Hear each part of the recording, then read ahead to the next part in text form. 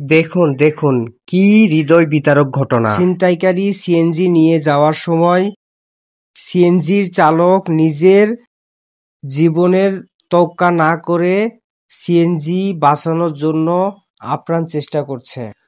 ছিনতাইকারী দুইজন দুই দিকের দরজা খুলে ছুরি দিয়ে আপ্রাণ চেষ্টা করছে সেই সিএনজির চালককে মারার জন্য। অনেক চেষ্টা করতেছে, ছুরি দিয়ে ধারালো ছুরি দিয়ে আঘাত করার চেষ্টা করতেছে বা ফেলে দেওয়ার চেষ্টা করতেছে। কোনোভাবেই সিএনজি চালক মানে হার মানতেছে না, সুন্দর করে সেভ করছে।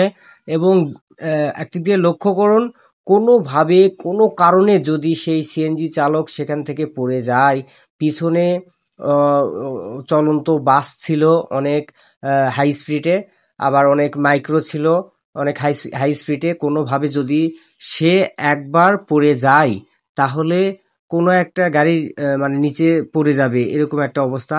ঘটনাটি ঘটেছে গত রাত 1টায় নারায়ণগঞ্জ হাইওয়ে রাস্তাতে।